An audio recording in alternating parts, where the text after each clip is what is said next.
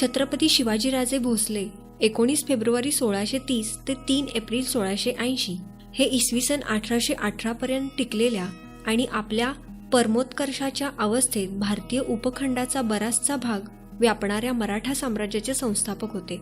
जनता त्यांना शिवराय, शिवाजी महाराज किंवा राजे या नावाने संबोधते. शिवाजींचा जन्मदिवस हा शिवजयंती म्हणून साजरा होतो. छत्रपती शिवाजी महाराज आणि त्यांचा पुत्र छत्रपती संभाजी महाराज यांचा संयुक्त उल्लेख शिवशंभू असा होतो. छत्रपती शिवाजी महाराज यांच्या कारकिर्दीला शिवकाल असेही म्हणतात. शिस्तबद्ध लष्कर व सुघटित प्रशासकीय यंत्रणेच्या बळावर छत्रपती शिवाजी महाराजांनी एक सामर्थ्यशाली आणि प्रागतिक राज्य उभा केले. भूगोल, आश्चर्यजनक वेगवान हालचाली आणि बलाढ्य शत्रूंचे मनोधैर्य खच्ची करणारे नेमके हल्ले यांचा वापर करणारे गनिमी काव्याचे तंत्र त्यांनी यशस्वीपणे वापरले. आपल्या वडिलांकडून मिळालेल्या 2000 सैनिकांच्या छोट्या तुकडीपासून 1,00,000 सैनिकांचे लष्कर छत्रपती शिवाजी महाराजांनी उभे केले. किनारी आणि अंतर्गत प्रदेशातील किल्ल्यांची डागडुजी करण्यासोबतच अनेक किल्लेही त्यांनी उभारले. राज्यकारभारात मराठी भाषेचा वापर करण्यास त्यांनी प्रोत्साहन दिले. पुणे जिल्ह्यातील जुन्नर शहरानजीक वसलेल्या शिवनेरी या डोंगरी किल्ल्यावर इसवी सन 1630 मध्ये छत्रपती शिवाजी महाराजांचा जन्म झाला. एका आख्यायिकेनुसार शिवनेरी गडावरील शिवाई देवीला जिजाबाईंनी आपल्याला बलवान पुत्र व्हावा अशी प्रार्थना केली होती, म्हणून या मुलाचे नाव शिवाजी ठेवले गेले. छत्रपती शहाजीराजे प्रथम अहमदनगरच्या निजामशहाच्या पदरी एक सरदार म्हणून होते. मलिक अंबर या निजामशहाच्या प्रभावी वजीराच्या मृत्यूनंतर मोगल सम्राट शहाजहानच्या सैन्याने इसवी सन 1636 मध्ये अहमदनगरवर चाल करून ते शहर आपल्या ताब्यात घेतल्यानंतर शहाजीराजे विजापूरच्या आदिलशहाच्या पदरी सरदार म्हणून रुजू झाले. आदिलशहाने त्यांना पुण्याची जहागीर दिली. लहान शिवाजी राजांना घेऊन जिजाबाई पुण्याला राहायला आल्या. त्यावेळी पुण्याची फार दुरावस्था झालेली होती. तेव्हा छोटे शिवाजीराजे आणि कारभारी यांच्या हस्ते पुण्यात एका शेतात प्रतिकादाखल सोन्याच्या मुलम्याचा नांगर फिरवून जिजाबाईंनी दादोजी कोंडदेवांच्या मदतीने पुण्याची पुन्हा स्थापना करायला सुरुवात केली. शिवाजीराजे लहानाचे मोठे होत असताना आणि मोठे झाल्यावरही प्रत्येक महत्त्वाच्या प्रसंगी त्यांना जिजाबाईंनी खंबीर मार्गदर्शन दिले. शिवाजी महाराजांच्या त्या आद्य गुरु होत्या. हिंदवी स्वराज्य स्थापनेचे स्वप्न साकार करायला शिवाजी महाराजांना जिजाबाईंनी स्फूर्ती दिली असे काही इतिहासकार म्हणतात.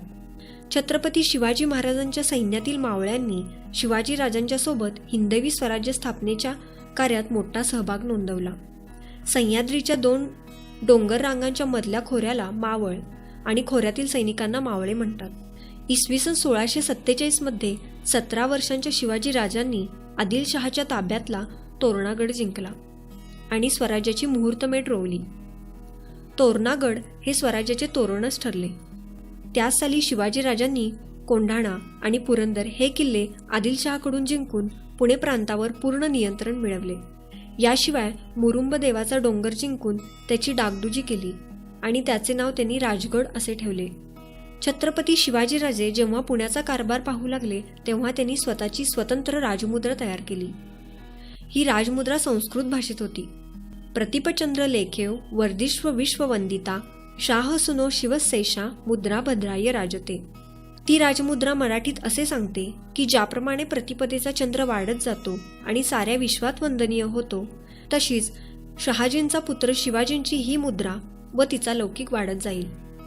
इसवी सन 1649 मध्ये आदिलशहाने शहाजी राजांना कैदेत टाकले. याचवेळी शिवाजी महाराजांनी अनेक आदिलशाही किल्ले आपल्या ताब्यात घेतले. म्हणून शिवाजींचा बंदोबस्त करण्यासाठी आदिलशहाने फत्तेखानास रवाना केले. शिवाजी महाराजांसाठी परिस्थिती फारच बिकट होती. एकीकडे वडील शहाजीराजे कैदेत होते, तर दुसरीकडे फत्तेखानाच्या स्वारीमुळे स्वराज्य धोक्यात येणार होते. शिवाजी राजांनी पुरंदरावर फत्तेखानाचा पराभव केला. बाजी पासलकर सैन्यासकट पळत्या फत्तेखानाच्या पाठलागावर सासवडपर्यंत गेले. सासवडजवळ झालेल्या लढाईत बाजी पासलकरांचा मृत्यू झाला. शिवाजी राजांनी मोगल बादशाह शहाजहान यास त्याच्या दख्खनच्या सुभेदाराकरवी पत्र पाठवून शहाजी राजांसकट त्यांच्या चाकरीत जायची इच्छा प्रकट केली. त्याचा परिणाम म्हणून शहाजहानाने आदिलशहावर दबाव आणला. आणि परिणामी शहाजीराजांची सुटका झाली. आदिलशहाच्या ताब्यात असणारे किल्ले जिंकत राहिल्यामुळे इसवी सन 1659 साली आदिलशहाने दरबारात शिवाजी महाराजांना संपवण्याचा विडा ठेवला. हा विडा दरबारी असलेल्या अफजल खान नावाच्या सरदाराने उचलला. मोठ्या सैन्यासह आणि लवाजम्यासह अफजल खान मोहिमेवर निघाला. अफजल खान वाईजवळ आला तेव्हा शिवाजीराजांनी सध्याच्या महाबळेश्वर जवळ असलेल्या प्रतापगडावरून त्यास तोंड देण्याचे ठरवले. तहाची बोलणी सुरू झाली आणि अंतिम बोलणीसाठी शिवाजी महाराजांनी स्वतः यावे असा अफजल खानाचा आग्रह होता. पण शिवाजीराजांच्या वकिलांनी अफजल खानाला गळ घालून प्रतापगडावरच भेट घेण्यास बोलावले. भेटीच्या नियमांनुसार दोन्ही पक्षांकडील मोजकीच माणसे भेटीसाठी येतील आणि दरम्यान सर्वांनी निशस्त्र राहण्याचे ठरले. शिवाजीराजांनी अफजल खानाच्या दगाबाजपणाची कल्पना असल्यामुळे त्यांनी सावधगिरी म्हणून चिलखत चढवले आणि सोबत बिचवा तसेच वाघनखे ठेवली. बिचवा चिलखतामध्ये दडविला होता तर वाघनखे हाताच्या पंजाच्या आतमध्ये वळवलेली असल्यामुळे दिसणारी नव्हती. शिवाजी महाराजांसोबत जिवा महाला हा विश्वासू सरदार होता, तर अफजल खानासोबत सय्यद बंडा हा तत्कालीन प्रख्यात असा दांडपट्टेबाज होता. प्रतापगडावरील एका छावणीमध्ये भेट ठरली. भेटीच्या वेळी उंचपुऱ्या बलदंड अफजल खानाने शिवाजी महाराजांना मिठी मारली आणि शिवाजीराजांचे प्राण कंठाशी आले. त्यावेळी अफजल खानाने कटारीचा वार शिवाजी महाराजांवर केला, परंतु चिलखतामुळे शिवाजीराजे बचावले. अफजल खानाचा दगा पाहून शिवाजीराजांनी वाघनखे खानाच्या पोटात घुसवली. त्याचबरोबर अफजल खानाची प्राणांतिक आरोळी चहूकडे पसरली.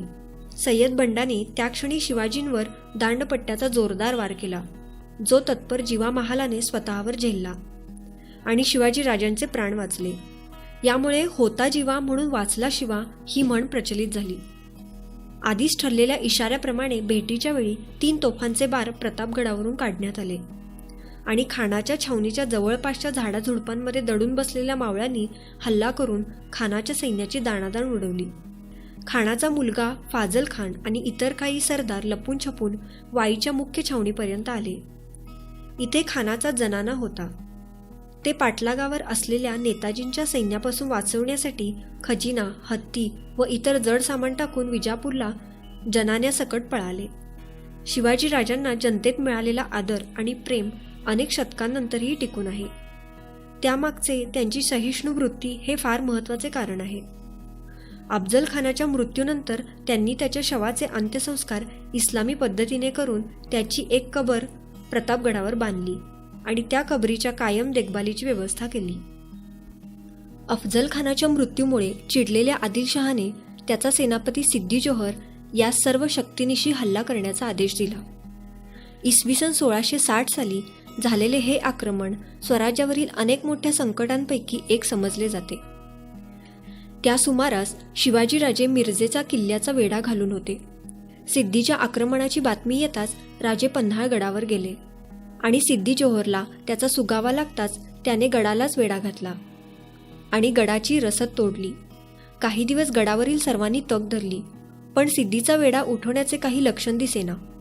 तेव्हा सर्वांशी खलबत करून शिवाजीराजांनी जवळच्या विशाळगडावर पोहोचावे असा निर्णय घेतला. शिवाकाशीत हे शिवाजीराजांच्या सैन्यात न्हावी होते. हे शिवाकाशीत हुबेहूब शिवाजीराजांसारखे दिसत असत. त्यांना पोशाखही शिवाजी महाराजांचा दिला होता. त्यामुळे सिद्दी जोहरच्या सैनिकांनी पालखीत बसलेल्या आणि पळून जाण्याच्या प्रयत्नात असलेल्या शिवाकाशीदांना शिवाजीराजे असं समजून पकडले आणि सिद्दीकडे नेले. मात्र हे शिवाजी नाहीत असे कळताच जोहरने त्यांच्यात पोटात तलवार खुपसली. शिवाजीराजे आणि काही मंडळी गुप्त रस्त्याने शिताफीने निसटले. याचा पत्ता लागताच सिद्दी जोहरने सिद्दी मसऊदच्या बरोबर काही सैन्य पाटलागावर रवाना केले. पन्हाळगडापासून काही अंतरावर वाटेत सिद्दीच्या सैन्याने त्यांना घोडखिंडीत गाठले आणि हातगाईची लढाई सुरू केली. तेव्हा शिवाजीराजांचे विश्वासू पराक्रमी सरदार बाजीप्रभू देशपांडे यांनी शिवाजीराजांना विनंती केली की त्यांनी विशाळगडासाठी पुढे कूच करावी आणि खिंडीतील लढाई स्वतः लढतील. विशाळगडावर पोहोचताच तोफांच्या 3 डागण्या ऐकू आल्या, म्हणजे शिवाजीराजे सुखरूप गडावर पोचले असा संदेश मिळेल. बाजीप्रभू देशपांड्यांनी वचन दिले की जोपर्यंत तोफांचे 3 आवाज ऐकू येणार नाहीत तोपर्यंत सिद्दी जोहरला खिंडीमध्ये झुंजवत ठेवतील. शिवाजीराजांना ते पटेना, पण बाजींच्या विनंतीवजा हट्टापुढे त्यांनी यास मान्यता दिली आणि विशाळगडासाठी कूच केले. बाजींनी सिद्दीच्या सैन्याला रोखून धरण्यासाठी प्रयत्नांची शर्त केली, पण संख्येने कितीतरी पटीने अधिक सैन्यापुढे बाजीप्रभूंनी प्राण्याची बाजी लावली. ते स्वतः प्राणांतिक रीतीने घायाळ झाले होते. शेवटी सैनिकांनी मृत्यूपथावर असलेल्या घायाळ बाजींना एके ठिकाणी आणून बसवले, पण बाजींचे प्राण कानाशी साठले होते. थोड्या वेळाने तोफांचे 3 आवाज ऐकू आले आणि शिवाजीराजे गडावर पोहोचलेल्याचा तो संदेश समजल्यावर बाजीप्रभू देशपांडे यांनी प्राण सोडले. शिवाकाशीत व बाजीप्रभू देशपांडे यांच्या बलिदानाची बातमी शिवाजीराजांना फार चटका लावून गेली. बाजीप्रभू हे ज्या घोडखिंडीत लढले आणि स्वतःच्या प्राणांचे बलिदान दिले त्या घोडखिंडीचे नाव शिवरायांनी पावनखिंड असे बदलले. बाजीप्रभूंच्या बलिदानाने पावन झालेली ती पावनखिंड. मोगल साम्राज्याच्या नर्मदा नदीपलीकडे विस्तार तसेच शिवाजी महाराजांच्या राज्यविस्ताराला वेसण घालणे या 2 हेतूंसाठी औरंगजेबाने त्याचा मामा शाहिस्ते खान याला दख्खनच्या मोहिमेवर पाठवले. प्रचंड मोठा लवाजमा, सैन्य आणि फौज फाटासोबत घेऊन शाहिस्ते खान निघाला आणि वाटेत असणाऱ्या प्रत्येक राज्यात गावात त्याने दहशत पसरवली आणि जमेल तेवढा जमेल येथे विध्वंस केला. शेवटी पुण्याजवळील चाकणचा किल्ला जिंकून पुण्यातील शिवाजी राजांच्या लाल महालात तळ ठोकला. शिवाजी राजांनी खानाचा बंदोबस्त करण्यासाठी एक धाडसी निर्णय घेतला, तो म्हणजे लाल महालात शिरून खानाला संपवण्याचा. लाल महालात आणि अवतीभोवती खडा पहारा असे आणि महालात शिरणे अतिशय जोखमीचे काम होते. एके रात्री लाल महालाजवळून जाणाऱ्या एका लग्नाच्या मिरवणुकीचा आधार घेऊन काही मोजक्या माणसांसह स्वतः शिवाजी महाराज लाल महालात शिरले. महालाचा कानाकोपरा माहीत असल्यामुळे लवकरच प्रत्यक्ष शाहिस्ते खानच्या खोलीत शिवाजी महाराजांनी प्रवेश केला. तोपर्यंत महालात कोठेतरी झटापट सुरू झाल्यामुळे शाहिस्ते खानाला जाग आली आणि तेवढ्यातच शिवाजी राजांना समोर पाहून खानाने जीव वाचवण्यासाठी सरळ खिडकीतून खाली उडी घेतली. शिवाजी महाराजांनी चपळाईने केलेला वार हुकल्यामुळे खानाच्या प्राणावर बेतण्याऐवजी त्याची 3 बोटे कापली गेली. या प्रकरणामुळे मोगल साम्राज्याची जी नाचक्की झाली ती स्वराज्यासाठी अधिकच फायद्याची ठरली. जे राजे मोगलांच्या आश्रयामुळे शिवाजी महाराजांना जुमानत नसत ते आता शिवाजी राजांच्या पराक्रमामुळे त्यांच्या बाजूने झुकले. सुरतेची पहिली लूट. इसवी सन 1664. सततची युद्धे आणि त्यामुळे रिता होत असलेला खजिना यामुळे शिवाजीराजे चिंतित असत. मोगलांना किंवा इतर सुलतानांना ही चिंता फार सतावीत नसे. अन्याय कर लादून किंवा बळजबरीने खंडणी जनतेकडून वसूल करण्यात बादशाही कारभारास कमीपणा वाटत नव्हता. अनेक दिवसांच्या खलबत्तानंतर शिवाजीराजांनी शेवटी एक उपाय शोधून काढला, तो म्हणजे इतिहासातील माहीत असलेली सुरतेची पहिली लूट. आजच्या गुजरात राज्यातील सुरत शहर हे तत्कालीन मोगल राज्यात होते आणि व्यापारामुळे अतिशय श्रीमंत शहरांमध्ये गणले जात होते. सुरत शहराच्या लुटीमुळे 2 गोष्टी साध्य करता आल्या. एक म्हणजे मोगल सत्तेला आव्हान आणि राज्याच्या खजिन्यात भर. लुटीचा इतिहास भारतामध्ये अतिशय रक्तरंजित आणि विनाशक आहे. त्या पार्श्वभूमीवर सुरतेची लूट ही पूर्णपणे वेगळी जाणवते. शिवाजी राजांच्या आज्ञेनुसार स्त्रिया, मुले आणि वृद्ध यांच्या केसालाही धक्का न लावता ही लूट केली गेली. मशिदी, चर्च यांसारख्या देवस्थानांनाही लुटीतून संरक्षण दिले गेले. शाहिस्ते खानाचा पराभव, सुरतेची लूट, जसवंत सिंगाच्या पराभवाने औरंगजेबाचा संताप वाढत होता. 70,000ची फौज घेऊन शाहिस्ते खान गेला व बोटे गमावून माघारी आला. दिल्ली सम्राटांची व्यापारपेठ सुरत बघता बघता लुटली गेली. शिवाजींचा असाच उद्योग चालू राहिला तर मोगलाई संपुष्टात आल्याखेरीज राहणार नाही हे औरंगजेबाने ओळखले. शिवाजींचे पारिपत्य करण्यासाठी त्याने आपल्या दरबारचा सर्वश्रेष्ठ सरदार निवडला. मिर्झा राजा जयसिंग 80,000 स्वार बरोबरी दिलेर खान 5,000 पठाण घेऊन शिवाजींचे पारिपत्य करण्यासाठी निघाला. मिर्झा राजांनी पुरंदरला वेढा घातला. दिलेर खानाने वज्रगडाचा ताबा घेतला. वज्रगडावरून पुरंदरवर तोफांचा मार सुरू करण्यात आला. तोफांच्या हल्ल्याने पुरंदरच्या खिंडार पडले. मोगल फौजेने किल्ल्यात प्रवेश केला. माचीवर खानाचे आणि मुरारबाजीचे घनघोर युद्ध झाले. मुरारबाजी पडला आणि त्याचबरोबर पुरंदरही पडला. हे वर्तमान जेव्हा राजांना कळले तेव्हा त्यांनी जयसिंगाशी तहाची बोलणी सुरू केली आणि 11 जून 1665 साली इतिहास प्रसिद्ध पुरंदरचा तह झाला. कोंढाणा, किल्ले पुरंदर, लोहगड, पळसगड यांसारखे एकूण 23 किल्ले राजांना मोगलांना द्यावे लागले. इसवी सन 1666 साली औरंगजेबाने शिवाजीराजांना दिल्ली येथे भेटीसाठी आणि विजापूरवर त्यांनी केलेल्या आक्रमणावर चर्चा करण्यास बोलवले. त्यानुसार शिवाजीराजे दिल्लीला पोहोचले. त्यांच्यासोबत 9 वर्षांचा संभाजी देखील होता. परंतु दरबारात त्यांना कनिष्ठ सरदारांच्या समवेत उभे करून शिवाजींसारख्या राजांचा उपमर्द केला. या अपमानामुळे अतिशय नाराज होऊन शिवाजीराजे तडक दरबाराबाहेर पडले असता त्यांना तत्क्षणी अटक करून नजरकैदेत ठेवण्यात आले. शिवाजींबद्दल आधीपासून धास्ती असल्यामुळे त्यांच्यावर कडक पहारा ठेवला होता. काही दिवस निघून गेले. सुटकेपासून प्रयत्न फोल ठरले होते. शेवटी शिवाजी महाराजांनी एक योजना आखली. त्या योजनेनुसार त्यांनी आजारी पडल्याचे निमित्त केले आणि त्यांच्या प्रकृती स्वास्थ्यासाठी विविध मंदिरांना व दर्ग्यांना मिठाईचे पेटारे पाठवण्यात येऊ लागले. सुरुवातीला पहारेकरी प्रत्येक पेटारा बारकाईने तपासून पाहत, पण काही दिवसांनी यात ढिलाई होऊ लागली. नंतर त्यांनी तपासण्याचे देखील सोडले. या गोष्टीचा फायदा घेऊन एक दिवस शिवाजीराजे आणि संभाजी एकेका पेटाऱ्यामध्ये बसून निसटण्यास यशस्वी झाले. कोणास संशय येऊ नये यास्तव शिवाजीराजांचा विश्वासू हिरोजी फर्जंद हा शिवरायांचे कपडे चढवून आणि त्यांची अंगठी दिसेल अशा पद्धतीने हात बाहेर काढून झोपल्याचे नाटक करीत होता.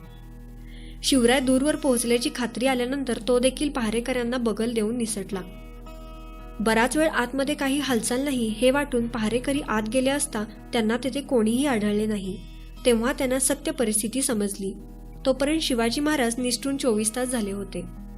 आग्रा येथून शिवाजी राजांनी वेषांतर केले आणि लगोलग स्वराज्याकडे न जाता मथुरेकडे गेले. तेथे संभाजींना त्यांनी वेगवेगळ्या मार्गाने काही दुसऱ्या विश्वासू माणसांबरोबर पाठवले. एका संन्याशाच्या वेशात महाराष्ट्रात प्रवेश केला. त्यात देखील त्यांना अनेक खबरदाऱ्या घ्याव्या लागल्या. ते स्वतः अतिशय लांबच्या आणि तिरकस वाकड्या मार्गाने दरमजल करीत आले. उद्देश हाच होता की काही झाले तरी पुन्हा औरंगजेबाच्या हातात पडायचे नाही. यात आणखी एक गोष्ट उल्लेखनीय आहे. दिल्ली भेटीपूर्वी त्यांनी राज्यकारभारासाठी जे अष्टप्रधान स्थापले होते त्या मंडळाने राजांच्या अनुपस्थितीमध्ये देखील राज्याचा कारभार चोख चालविला होता. हे शिवाजीराजांचे आणि अष्टप्रधान मंडळाचे फार मोठे यश आहे. शिवाजीराजे परतल्यानंतर त्यांनी झालेल्या अपमानाचा सूड घेण्यासाठी पुरंदरच्या तहात दिलेले सर्व 23 किल्ले जिंकून घेतले. त्यांनी त्यातील पहिल्यांदा कोंढाणा घ्यायचे ठरवले. तानाजी मालुसरे यांनी स्वतःच्या मुलाच्या लग्नाची तयारी अर्धवट सोडून स्वराज्यासाठीचे आपले काम प्राधान्यात घेऊन जबरदस्त चौक्या पहारे व अतिशय कडेकोट बंदोबस्त असलेला आणि उदयभानसारखा पराक्रमी किल्लेदार असलेला कोंढाणा किल्ला ताब्यात घेण्याचा विडा उचलला. ते कोंढाणा जिंकण्यासाठी आपल्या तुकडीबरोबर निघाले. आधी लगीन कोंढाण्याचे, मग लगीन रायबाचे हे त्यांचे शब्द इतिहासात अजरामर झाले आहेत. कोंढाण्याच्या लढाईत सुभेदार तानाजी मालुसरे यांना लढताना वीरमरण आले. राज्याभिषेक वेळी सिंहासनावर जाताना पावलोन पावली शिवाजी महाराजांना आपल्या स्वराज्य स्थापनेसाठी बलिदान दिलेल्या तानाजी मालुसरे, बाजीप्रभू देशपांडे, शिवा काशीद अशा अनेक सेनापतींची आणि मावळ्यांची आठवण येत होती आणि त्यांना अश्रू अनावर झाले. 6 जून इसवी सन 1674 रोजी शिवाजीराजांना रायगडावर राज्याभिषेक करण्यात आला. त्या दिवसापासून शिवाजी राजांनी शिवराज्याभिषेक शक सुरू केला आणि शिवराई हे चलन जारी केले. याशिवाय नवी कालगणना सुरू होऊन नवा शक सुरू झाला. फारसी संस्कृत शब्दकोश बनवला गेला. यामध्ये फारसीच्या जागी संस्कृत शब्द वापरणे यासाठी हुकूम जारी केले. तसेच पंचांग शुद्धी करण्याची सक्ती केली. यासाठी कृष्णदैवक नामक ज्योतिषी आणवला. या ज्योतिषाने ग्रंथलेखन करावे आणि संबंधितांना रीत घालून द्यावी असा आदेश दिला. तसेच त्यांच्याकडून करण कौस्तुभ नामक ग्रंथही लिहून घेतला. भोसले कुळातील या सुपुत्राने विजापूरच्या आदिलशाही विरुद्ध आणि मोगल साम्राज्याविरुद्ध ऐतिहासिक संघर्ष करून मराठा स्वराज्य स्थापन केले. रायगड ही राजधानी असलेले स्वतंत्र मराठा राज्य शिवाजी महाराजांनी उभे केले. या जनतेच्या राजाला शतकोटी प्रणाम.